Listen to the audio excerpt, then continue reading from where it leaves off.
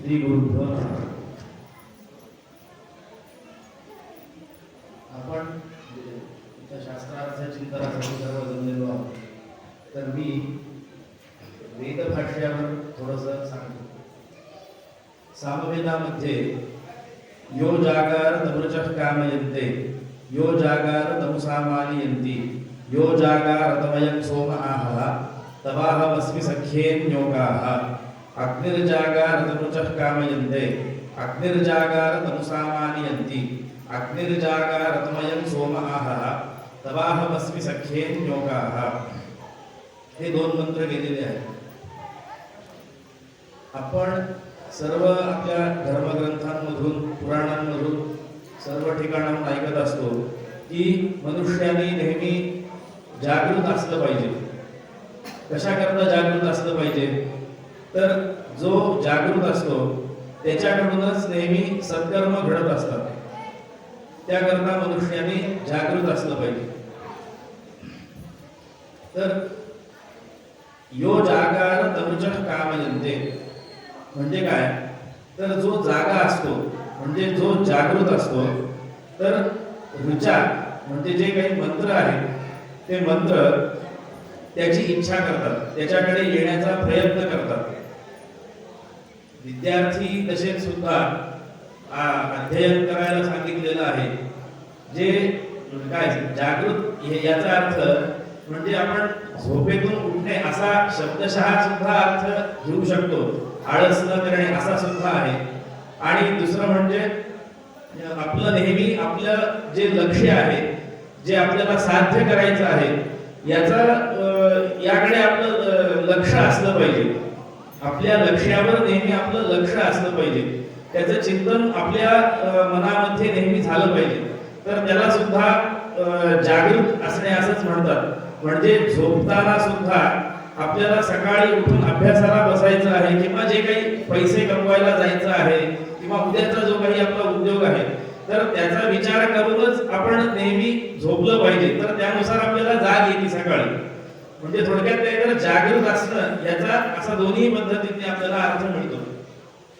तर आता विद्यार्थी दशेमध्ये जागृत असणे हे आपण बघूया.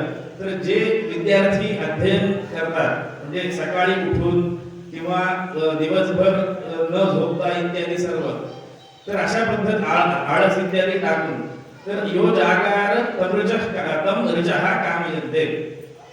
तर अशा विद्यार्थ्यांकडे ती जी ऋचा आहे म्हणजे जे मंत्र आहेत ते त्याच्याकडे येतात, येण्याची इच्छा करतात. म्हणजे थोडक्यात काय तर ते त्यालाच प्राप्त होतात. हा त्याचा भावार्थ आहे. यो जागार तमृचः कामयन्ते यो जागार तमुसामानियन्ति. जो जागृत असतो त्याच्याकडेच हे जे साम आहेत ते सुद्धा त्यालाच प्राप्त होऊ शकतात. यो जागार तमयं सोम आहः. जो जागृत असतो त्यालाच सोमरस सुद्धा प्राप्त होतो. यज्ञामध्ये जो मुख्य अग्निहोत्रामध्ये जो सोमरस सांगितलेला आहे सोमयागामध्ये तर त्याचं खूप महात्म्य सांगितलेलं आहे. तर तो सुद्धा अशा विप्रांनाच प्राप्त होऊ शकतो. तर हे सर्व आणि त्याचं उदाहरण देत असताना त्यांनी सांगितलं की ही स्तुती कोणाची सुरू आहे तर ही अग्नीची स्तुती सुरू आहे या ठिकाणी. म्हणजे अग्नी हा जो आहे अग्निहोत्र्यांकडे जो अग्नी असतो तो नेहमी जागृत असतो. आता इथं आपण या ठिकाणी हा यज्ञ केलेला आहे. तर हा या यज्ञातला जो अग्नी आहे हा आजच्या पुरताच आहे. आता त्याचं आवाहन केलं, त्याचं विसर्जन झालं तर तो काही आपण नेहमी करता इथे ठेवणार नाहीये. पण अग्निहोत्र्यांकडे जी 3 कुंड घातलेली असतात किंवा काही सूत्रांच्या नुसार 5 कुंड असतात तर त्यांच्याकडे जो अग्नी असतो तो नेहमी जागृत म्हणजे तो नेहमी करता असतो. तर असा जो अग्नी तर तो अग्नी जागृत असल्यामुळेच त्या अग्नीला विसर्जनाचं विधानच नाही आहे त्या अग्नीला करता येत नाही. बरोबर करतात. मृत्यू होतो त्यावेळेस त्याच्यामध्येच त्यांना म्हणजे जो अग्निहोत्री आहे जो अग्निहोत्री ब्राह्मण आहे ज्यांनी त्या अग्नीची उपासना सुरू केलेली आहे त्याचा जेव्हा मृत्यू होईल तर तेव्हा त्याला अग्नी देताना त्यात एक इष्टी करून तोच अग्नी घेऊन त्या अग्नीनेच त्याला त्या अग्नीच्या स्वाधीन त्या पुरुषाला करून टाकायचं, तेव्हा तो अग्नी त्याचा समाप्त होतो. तर अशा अग्नीला हे ऋचा, साम आणि सोमरस हे सर्व प्राप्त होतात. तर त्याचप्रमाणे आपल्याला सुद्धा यो जागा आपण सुद्धा जर अशा प्रमाणे आचरण आपलं ठेवलं, जागृत जर आपण राहू, तर आपल्याला रुचेची प्राप्ती, सामांची प्राप्ती आणि सोमरसाची प्राप्ती आपल्याला होईल. त्यानंतर यालाच अनुसरून ऐतरेय ब्राह्मणाच्या सातव्या पंचिकेमध्ये सांगितलेलं आहे, चरैवेती चरद्वै मधुबिंदती चरण स्वाद उदुंबरम सूर्यस्य पश्य श्रेमाणम योन तंत्र यते चरण. म्हणजे ती एक गोष्ट आहे, देवी भागवतात सुद्धा दिलेली आहे.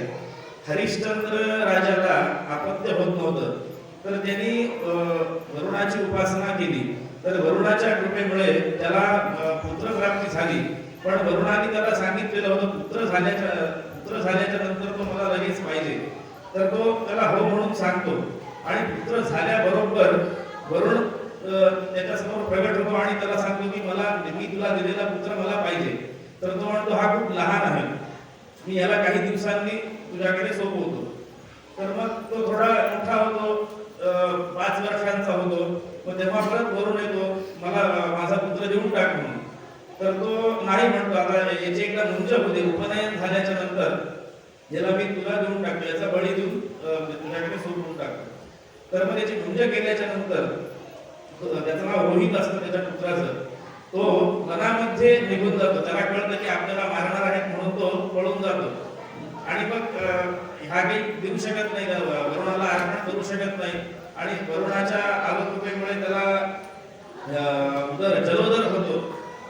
आणि मग त्याला ते आठवतं, आता काय ब्राह्मण सांगतात की दुसऱ्या एका ह्याचा जर बळी दिला आपण तर तुझी ही व्याधी नष्ट होईल आणि वरुणाची जी अवकृपा झालेली आहे तर ती अवकृपा नष्ट होईल. पण त्यानुसार ते सैनिक जातात शोधायला. तर एका ब्राह्मणाला 3 मुलं असतात.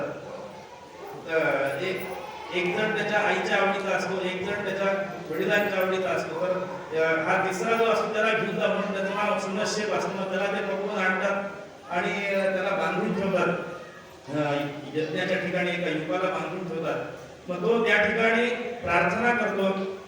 तर प्रार्थना केल्याच्या नंतर त्याला सगळ्यांना तो अशी विनवणी करतो, पण त्याला कोणी सोडत नाही.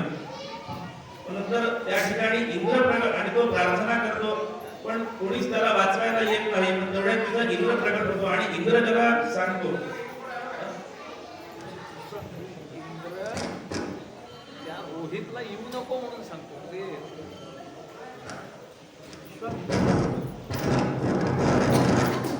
इंद्र रोहित जेव्हा यायला निघतो त्या प्रत्येक वेळी इंद्र त्याला सांगतो की तू जाऊ नकोस, तू इथंच भटकत राहा.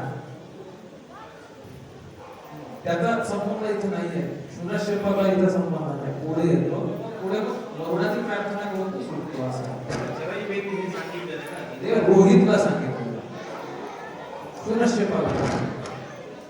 तेव्हा इंद्र उपदेश करतो, चरैवेती चरन्वै मधुबिंदती. चरती इति चरण म्हणजे जो चालतो याचा अर्थ म्हणजे नेहमी जागृत असतो, याच अर्थाने आहे ते. जो जागृत असतो म्हणजे जो आलस्य इत्यादी सर्व टाकतो, त्याचा त्याग करतो असा. चरन्वै मधुबिंदती म्हणजे त्याला श्रेय काय